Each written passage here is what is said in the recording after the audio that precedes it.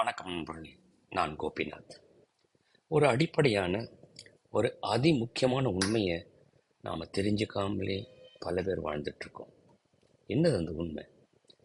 அதாவது நம்முடைய மனசை நாமளே பயிற்சி கொடுத்து நாம் விரும்பும் வகையில் அதை செயல்பட வைக்க முடியும்.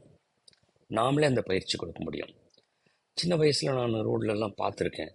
குரங்காட்டின்னு சொல்லிட்டு குரங்கை வச்சு வித்த காட்டுவார், பாம்பாட்டின்னு பாம்பை வச்சு வித்த காட்டுவார். எப்படி பழக்கிறாங்க அந்த குரங்கு? எப்படி பாம்பை பழக்கிறாங்க? எப்படி தன் விருப்பத்துக்கு அதை செயல்பட வைக்கிறாங்க? 2 அடிப்படையான உணர்வுகளை தான் இவங்க கையாளுறாங்க. இதில் ஒன்று ஆசை, இன்னொன்று பயம். இந்த 2 உணர்வுகளை பயன்படுத்தி இதன் அடிப்படையில் அந்த மிருகங்களுக்கு இவங்க பயிற்சி கொடுத்து தான் விருப்பப்படும் வகையில் செயல்பட வைக்கிறாங்க.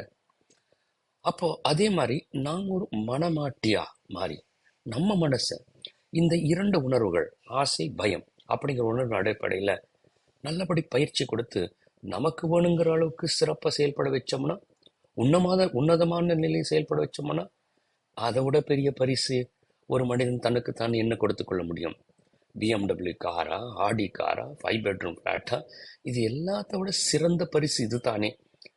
அதாவது கஷ்டமான சூழ்நிலையில கூட தைரியமாக சந்திக்கக்கூடிய அளவுக்கு மனதை செயல்பட வைக்க முடியும்னாக்கா, சுறுசுறுப்பாக செயல்பட வைக்க முடியுமானாக்கா, நிலைமைகள் சாதகமாக இல்லாத போது கூட நல்ல முழு மனசோட இறங்கி முயற்சி செய்யக்கூடிய அளவுக்கு மனசுக்கு பயிற்சி கொடுத்தோம்னா, ஈர்க்கப்பட வேண்டிய விடயங்களுக்கு மட்டுமே ஈர்க்கப்பட்டு ஈர்க்கப்படக்கூடாத விடயங்களுக்கு ஈர்க்கப்படாமல் தன்னை தானே கட்டுப்படுத்தி கொள்ள முடியும்னா, அப்படி இந்த மனசை பயிற்சி கொடுக்க முடியும்னாக்கா எவ்வளோ நல்லா இருக்கும்.